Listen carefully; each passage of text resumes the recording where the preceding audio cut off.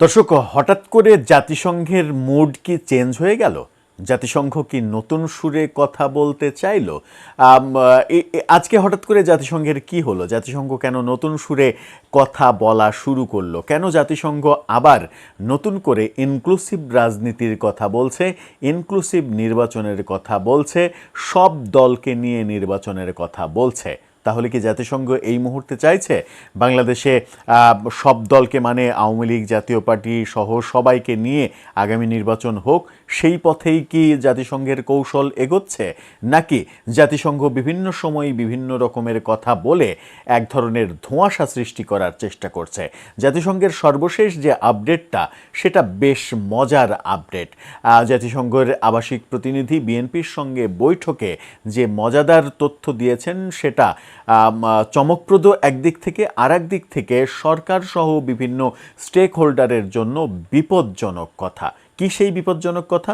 বিপজ্জনক কথা কারণ এই কথার সঙ্গে জড়িত হবে, কিংবা এই কথার মাধ্যমে উঠে আসবে আওয়ামী লীগ নামক যে দলটার নাম। সেই দলটাকে আপাতত রাজনীতি করতে, নির্বাচন করতে দিতে চায় না সরকার এবং বিভিন্ন স্টেক হোল্ডার। কি তাহলে ইকুয়েশনটা দাঁড়াচ্ছে?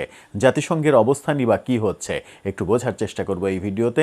থাকবেন পলিটিক্স টিভির নিয়মিত আয়োজনে।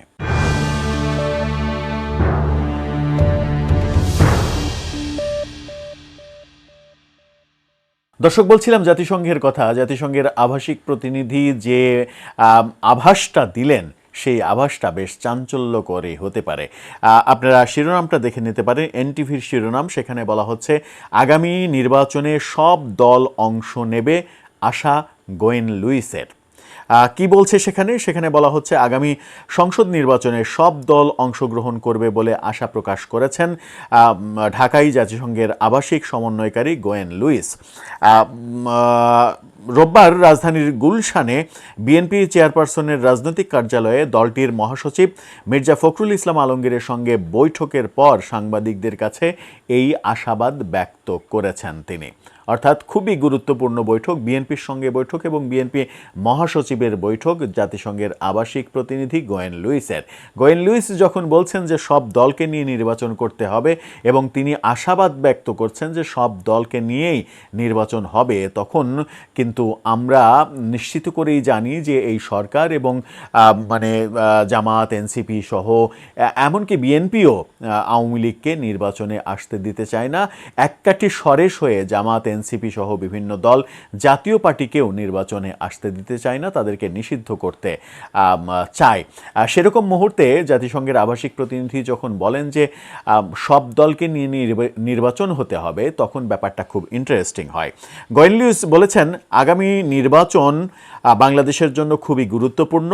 এই নির্বাচনে আমরা নির্বাচন কমিশনকে সাপোর্ট দিচ্ছি এবং জাতিসংঘের পক্ষ থেকে কারিগরি সহায়তা দেওয়া হবে। আশা করি সব দল এই নির্বাচনে যুক্ত হবে। আগামী মাসগুলোতে নির্বাচনের প্রক্রিয়া সামনের দিকে যাবে।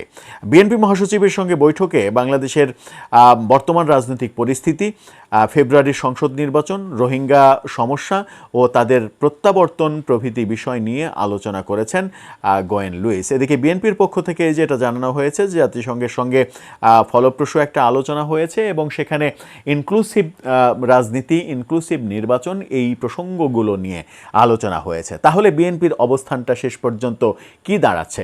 সেটা কি এটাই দাঁড়াচ্ছে যে মির্জা ফখরুল ইসলাম আলমগীর সম্প্রতি ভারতের কলকাতার দৈনিক এই সময়তে যে সাক্ষাৎকার দিয়েছেন এবং সেখানে তিনি বলেছেন যে আমরা চাই আওয়ামী লীগ, জাতীয় পার্টি সহ সবাই নির্বাচন করুক, সবাইকে নিয়ে নির্বাচন হোক।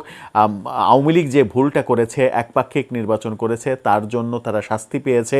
একই ভাগ্য বরণ আমরা করতে চাই না, একই ধরনের কাজ করে। সেই কথাই কি পুনর্ব্যক্ত করলেন মির্জা ফখরুল? বিএনপির ভাষ্যটা স্পষ্টভাবে উঠে আসেনি সংবাদ সম্মেলনে, বিএনপি এই ব্যাপারে স্পষ্ট অবস্থান ব্যক্ত করেনি। কিন্তু গোয়েন লুইস যখন বিএনপির সঙ্গে বৈঠক শেষে জানাচ্ছেন যে আশা করছি সব দলকে নিয়ে আগামী নির্বাচন হবে, তখন এটা ভেবে নেওয়ার অবকাশ রয়েছে যে বিএনপি তার অবস্থান ব্যক্ত করেছে সব দলকে নিয়ে নির্বাচনী বিএনপির অবস্থান, এবং বিএনপি আগামীতে সরকার পরিচালনা করতে হলে যেন বিপদে পড়তে না হয়, যেন আন্তর্জাতিক বিশ্ব থেকে অভিযোগ না আসে, নির্বাচনের গ্রহণযোগ্যতা নিয়ে যেন প্রশ্ন না আসে, যেমন 2014 এবং 2024 বিশেষ করে এই দুটো নির্বাচনকে নিয়ে যথেষ্ট সন্দেহ রয়েছে, একপাক্ষিক নির্বাচন, এবং সর্বশেষ 2024-এর যে আমিডামি নির্বাচন, সেই নির্বাচনের নামে যে নাটক মঞ্চস্থ হয়েছিল বলে অভিযোগ করা হয়, সেটা ব্যাপকভাবে সমালোচিত হয়েছিল, এবং সেই সমালোচনার কাজ বিএনপি করতে চায় না, কিংবা সেই সমালোচনামূলক কাজের ফসল হিসেবে বিএনপি ক্ষমতায় যেতে চায় না। এটাই বিএনপির অবস্থান হয়তো ব্যক্ত করা হয়েছে। ভেতরের রহস্যটা অনেক হয়তো জটিল, রহস্যটা ক্রমেই উন্মোচিত হবে। কিন্তু গোয়েন লুইস যখন এই ভাষ্য দিচ্ছেন, তখন কিছুদিন আগেও জাতিসংঘকে বলতে শুনেছি আমরা যে আওয়ামী লীগকে বাদ দিয়েও কীভাবে ইনক্লুসিভ নির্বাচন হয়, ইনক্লুসিভ রাজনীতি হয়, সেই প্রচেষ্টা প্রফেসর ইউনূস সরকার করছেন। অর্থাৎ জাতিসংঘের আগের অবস্থান এবং বর্তমান অবস্থানের মধ্যে আকাশ পাতাল ফারাক দেখা যাচ্ছে। এই ফারাকটা কেন? তাহলে কি পরিস্থিতি পাল্টে গেছে? দর্শক, আপনার মতামত জানিয়ে লিখতে পারেন আমাদের কমেন্ট বক্সে।